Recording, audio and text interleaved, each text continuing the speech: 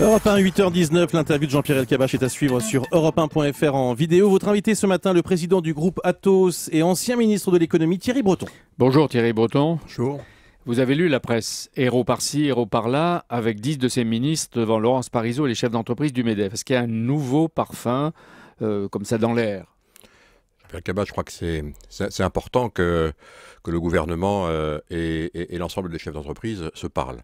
Car la situation, vous l'avez décrit un petit peu tout à l'heure, entre les lignes, la situation que nous allons vivre est une situation extrêmement difficile qui nécessite certainement aujourd'hui, je dirais, un appel à un consensus national entre toutes les forces vives du pays pour faire face aux défis immenses que nous allons avoir à gérer en 2013 et après, en ce qui concerne le chômage, la compétitivité et la gestion de la dette. Partout, un Premier ministre ou un président du Conseil qui s'adresse au patron, au chef d'entreprise, c'est une initiative logique et normale. Ici, elle passe pour un exploit et de la drague au patron. Non, je crois que... D'abord, je ne suis pas là pour polémiquer ce matin parce que j'estime que la situation appelle encore une fois la gravité. Et donc, le fait, encore une fois, que le gouvernement et ses ministres viennent s'adresser à l'ensemble des chefs d'entreprise réunis, je le dis, c'est une bonne chose. Je m'en réjouis du reste à titre personnel parce que, avec beaucoup, on a vu qu'on est content que la campagne électorale soit désormais bien derrière nous.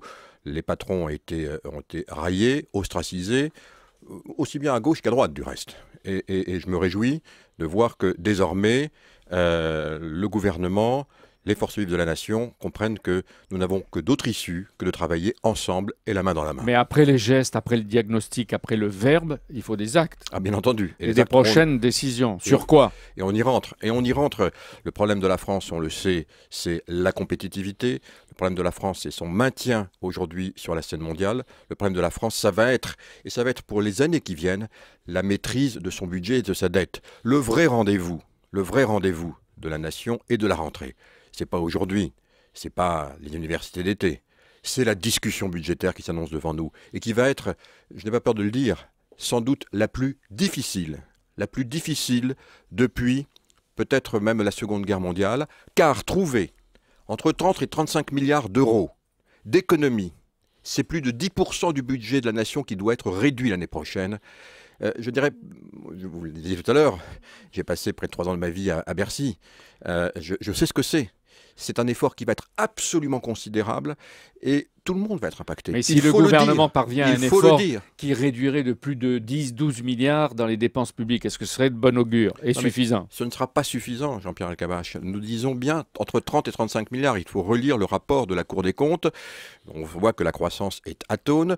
Et nous avons, on dira peut-être un mot tout à l'heure, la nécessité absolue de tenir ces moins 3% l'année prochaine. On passe de moins 4,5% de déficit aujourd'hui à moins 3% l'année prochaine.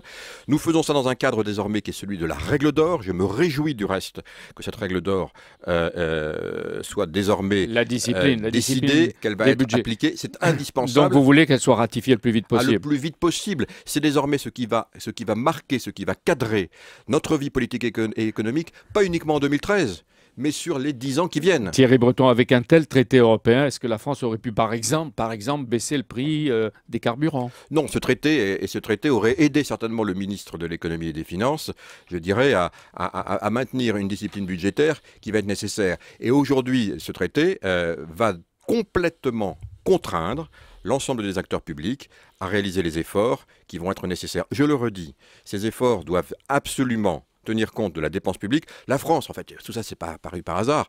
Entre 2007 et 2012, au cours des 5 dernières années, la France est le seul pays au monde à avoir augmenté de plus de 2 points sa dépense publique. C'est une critique sévère de l'héritage. Non, je crois qu'il faut être lucide. Il faut être lucide. Il ne s'est pas passé que des bonnes choses au cours de ces 5 dernières années. Il faut désormais gérer tout cela. Il faut maintenant le rétablir. On ne peut pas continuer comme cela.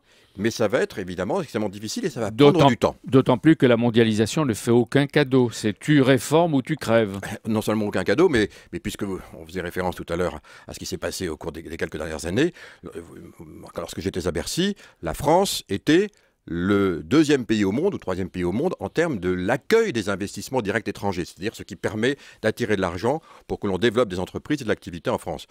En 2011, on n'est même plus dans le top 10, on est le 11e. Alors si on applique encore des mesures qui vont aller contre la compétitivité, est-ce qu'on sera même sur le classement dans 3 ans? Donc il faut s'attaquer à la compétitivité. Il faut donner des moyens aux entreprises. C'est indispensable. Et c'est là, encore une fois... Là, j'entendais tout à l'heure M. Mailly avec Bruce dire que le temps n'est pas à la flexibilité. Même ce mot. Le temps est à l'urgence et le temps est au consensus. On ne pourra pas, encore une fois, je crois vraiment qu'il faut que chacun, il faut s'appeler les uns et les autres à la responsabilité. Mais par exemple, vous avez entendu Thierry Breton, les syndicats qui sont très sévères à l'égard de l'exécutif, qu'il voulait d'ailleurs. Bernard Thibault exige de Jean-Marc Ayrault qu'il choisisse entre les salariés et les patrons. Eh bien, en ce qui nous concerne, le temps n'est pas à la polémique, le temps est au travail, et certainement pas à la polémique. La situation est trop grave, Jean-Pierre Elkabbach. Comment choisir entre les salariés et les employeurs? Est-ce que les employeurs agissent toujours au détriment des salariés? Bien entendu que non, et tout le monde le sait.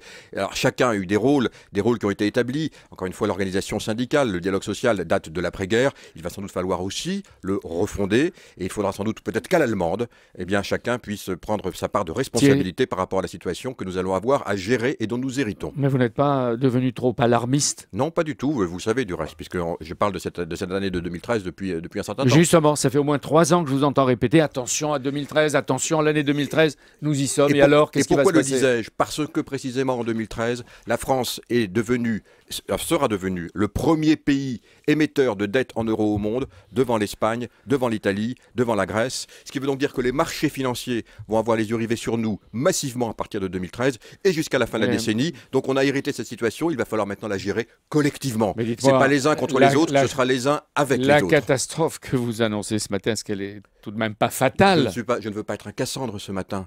La catastrophe, encore une fois, je n'annonce pas depuis ce matin.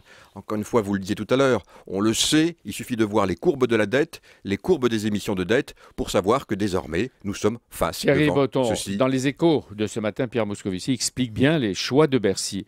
Et il va écrire aux pays producteurs de pétrole pour qu'ils augmentent leur production de pétrole. Majesté, majesté, que vos prix baissent pour que nous continuions notre plaisir et notre confort. Vous pensez que ça peut marcher, ça? Non, mais encore une fois, on retrouve toujours la même situation. Lorsque j'étais à Bercy avec Gordon Brown, qui était lui à l'époque ministre des Finances, on avait exactement la même question. On a fait des dizaines de voyages ensemble, à Gordon Brown et moi-même. Le résultat, c'est qu'évidemment, les pays producteurs parlent, mais n'agissent pas. Et donc, je pense que ce sera pareil. Le gouvernement lance les emplois d'avenir. 100 000 dès 2013, 150 000 contrats en 2014. Il y a 500 000 jeunes par an qui sont non diplômés, non qualifiés, comme dit Michel Sapin. Est-ce que ces mesures qui ne sont pas durables peuvent dépanner, peuvent être utiles? Et est-ce que vous, avec Atos, votre entreprise, vous empocheriez des emplois d'avenir? Vous savez, encore une fois, la situation... Plus de 10% de chômage, c'est absolument gigantesque. Toutes les familles sont touchées. Donc tout ce qui peut aider, et notamment pour les jeunes, sera le bienvenu. En revanche, il faut mettre en garde tous ceux qui s'imaginent que parce qu'on va faire des emplois de jeunes, on aura réglé le problème. Ce ne sont que des solutions temporaires. Et ça ne doit pas nous dispenser de travailler sur la compétitivité de la France. Atos, partenaire informatique des Jeux Olympiques, vous méritez une médaille d'or. Vous l'avez peut-être eu parce que vous n'avez fait aucune erreur. 0 faute, 0 erreur. Qu'est-ce que vous avez fait pour les athlètes et que vous allez faire là au Para-Olympique?